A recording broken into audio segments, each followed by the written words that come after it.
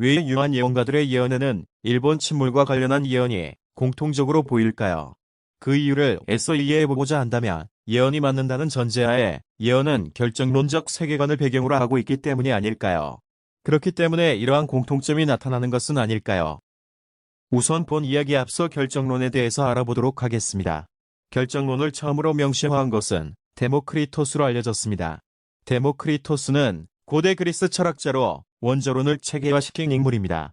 결정론은 그리스 로마 신화의 운명론, 기독교의 예정설도 결정론을 함축하고 있습니다. 결정론이 옳다면 우리는 자연 법칙, 그리고 그로부터 파생된 물리 법칙들로 미래에 벌어질 일들에 대해 정확하게 예측하는 것이 가능해집니다. 하지만 이러한 전통적인 결정론은 양자역학이 등장하면서 수정되어졌습니다. 양자역학은 불확정성의 원리를 따릅니다. 미시세계의 양상은 비결정론을 따르기 때문입니다. 아인슈타인은 양자역학에 대해 나는 어떤 경우에도 신이 주사위를 던지지 않는다고 확신한다 고 말했습니다. 양자역학의 해석에서 주류를 점하는 코펜하겐 해석에 따르면 확률론적 결정론이 기존의 전통적인 결정론을 대체하고 있습니다. 미시 세계에서 확률이 개입하는 것이 사실이지만 거시 세계에서 확률에 의한 영향은 무시할 수 있을 정도로 미미하기 때문에 결정론의 틀이 유지된다는 것입니다. 자, 그럼 본 이야기로 돌아와서 일본 침몰을 예언한 예언가에 대해서 살펴보기로 하겠습니다. 일본 침몰을 예언한 예언가는 다음과 같습니다. 타노 스님, 에드가 케이시, 마더쉽톤, 기다노 승정. 이들 예언을 한 번에 모아서 보며 예언을 비교해보는 것도 흥미로운 일이라 보여집니다. 타노 스님은 주역선해와 부처님이 계신다면을 통해 일본 침몰을 예언한 바 있습니다. 일본은 선조의 지약으로 인과의 원리에 의해 그 후손들이 업보를 받게 된다고 하였습니다. 현재 바다는 3/4, 육지는 1/4 정도인데 지구 주축의 변화로 인해 바다가 1/4, 육지가 3/4가 될 것이라 예언하며 이 예언 속에 한반도의 미래와 일본 침몰 예언이 들어있는 것입니다. 지구의 변화로 인해 우리나라도 피해를 입지만 지구의 중심이기 때문에 피해를 적을 것이고 만주와 요동 땅의 일부가 우리나라 영토로 편입된다고 했으며 일본은 대부분 가라앉을 것이고 국가로서의 자주권이 없어져서 우리나라의 영향권 안에 편입된다고 예언했습니다. 잠을 자는 수면 상태에서 잠재의식으로 말하는 리딩 방식에 의한 예언으로 유명한 에드가 케이시는 머스트라는 강조적인 표현을 써서 일본 침몰을 예언하였습니다. 반드시 일본 대부분은 바닷속으로 침몰할 것이다. 에드가 케이시 또한 지구의 대변화가 있을 것이라고 예언한 바 있습니다. 일본 불교계에서 유명한 기다노 승정은 선통사라는 절에서 잠을 자고 있을 때 미래에 대한 예언을 우주인에게서 전해 들었다고 합니다. 이 지구에는 큰 변동이 있을 터인데 지각이 신축되므로 일어나는 현상으로서 해저였던 곳이 해면 위로 돌출하기도 하고 드러나 있던 섬이 물속으로 침몰되어 없어지기도 하여 지금의 세계 지도는 완전히 달라진다.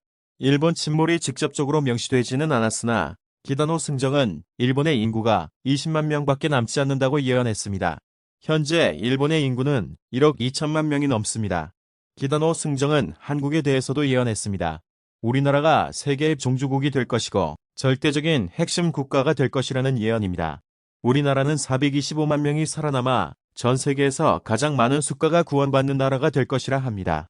타녹 스님도 인류가 60에서 70%가 소멸할 것이라 예언한 바 있습니다. 주 세리노는 브라질 출신의 예언가로 예지몽으로 예언을 합니다. 2038년에서 2040년 캘리포니아와 일본에서 오스트레일리아까지의 태평양의 섬들은 지진과 화산 분화에 의해서 바다 속에 가라앉는다. 예언가가 아닌 과학자들의 지구의 기후 변화에 대한 입장은 어떨까요? 마크 윌리엄스 교수는 인류에 의한 6번째 대멸종 가능성에 대해 다음과 같이 말했습니다.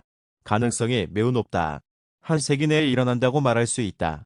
지금처럼 인간이라는 한 종이 전 지구를 장악한 상태가 지속되면 인간은 물론 다른 동물도 멸종할 수밖에 없다. 지구상에 얼음이 없는 땅 가운데 95%는 인간을 위한 땅으로 쓰인다. 5%에만 약생동물이 살고 있다. 또 인간은 연간 370%억 톤의 이산화탄소를 배출하며 지구를 뜨겁게 하고 있다. 화산은 고작 2억 톤에 불과하다.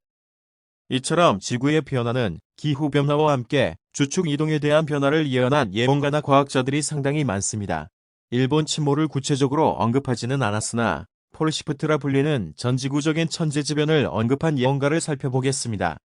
폴시프트는 지자기 역전 현상을 의미합니다. 나사에서는 지구 자기장이 급격히 약화되고 있다고 경고하였으며 이대로 가면 예상보다 훨씬 빨리 지구의 극이 반전되어 나침반이 지금의 반대 방향을 가리키게 될 수도 있다고 했습니다. N극과 S극이 반전되는 폴시프트는 수백만 년에서 1천만 년의 주기로 지구에 나타나며 네안데르탈인의 멸종과도 관련이 있을 것으로 보고 있습니다.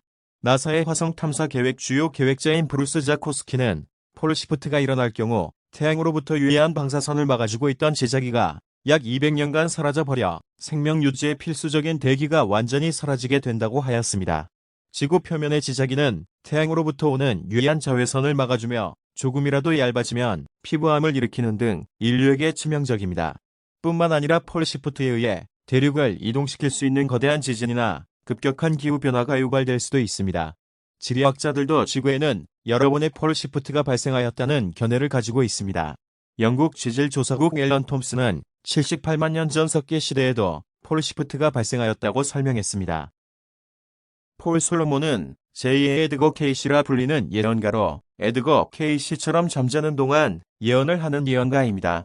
미 대륙이 동서로 갈라지고 동부와 서부 주요 도시가 모두 바닷속으로 침몰할 것이다.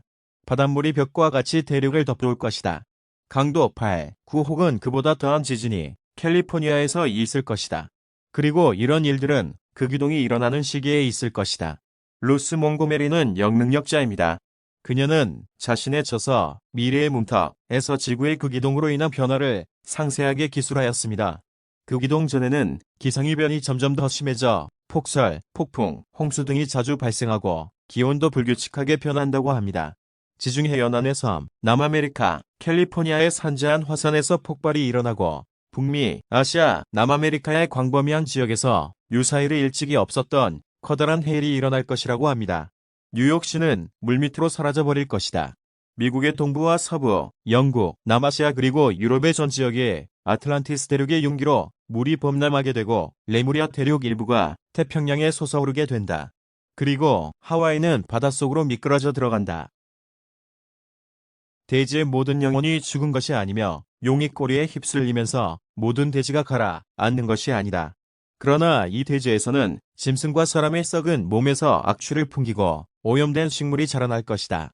그러나 바다에서 떠오르는 땅은 건조하고 깨끗하며 부드럽고 자유로울지니 인류는 이 흙으로 새로운 왕조의 원천을 얻는구나. 먼저 미국의 캘리포니아가 무너져 내리고 일본이 가라앉을 것이다. 이 변화는 도미노 현상처럼 한번 시작되면 여러 곳으로 계속 뻗어나간다. 그러나 모든 사건들이 일어날 정확한 시간은 알지 못한다. 모이라 팀스는 인류가 임팩트존에 이르고 있다고 경고했습니다. 임팩트존이란 지구촌 인간과 모든 생물의 생사가 엇갈리는 거대한 충격을 받는 순간을 말합니다. 마크 윌리엄스 교수의 6번째 대멸종과 관련하여 부차적으로 지금까지의 지구 대멸종 연대기를 살펴보겠습니다. 지구의 첫 번째 대멸종. 서업 6600만 년 전 갑작스러운 극강의 추위로 오르도비스 말기로 해양 생물종의 약 85%가 멸절하였다. 지구의 첫 번째 대멸종 원인은 화성과 목성 사이에서 발생한 소행성 폭발으로 추정하고 있다. 거대한 소행성 폭발에 의해 발생한 먼지가 우주 공간을 이동해 지구에 도달하여 지구의 대기를 덮으면서 이전과 다른 기온을 만들어냈으며 태양 빛을 받지 못해 추워졌고 이로 인해 급격한 빙하기가 찾아왔다. 이것이 지구 첫 번째 대멸종의 첫 파고이고 이어져 두 번째 파고가 찾아왔다. 두 번째 파고는 용존 산소의 부족이다. 이로 인해 오르도비스 말기 해양 생물 종의 약 85가 멸절한 것으로 추정된다. 지구의 두 번째 대멸종. 지구의 두 번째 대멸종은 고생대 대본기 말에 있었다.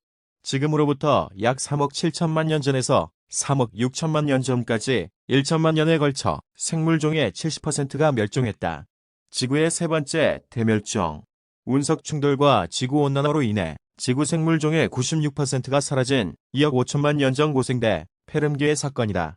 지구의 세 번째 대멸종은 대멸종의 어머니라 불린다. 지구의 네 번째 대멸종. 지구의 네 번째 대멸종은 약 2억 500만 년 전 중생대 트라이아스기 말이다. 공룡, 익룡, 악어 등만 남기고 다른 파충류 경쟁자 80%가 사라졌다. 지구의 네 번째 대멸종의 원인은 화산 활동으로 인한 기후변화이다. 지구의 다섯 번째 대멸종. 약 6,500만 년 전 중생대 백악기 말 운석 충돌과 화산 폭발로 인한 공룡을 포함한 전체 생물종의 76%가 사라진 사건. 지구의 6번째 대멸종 경고.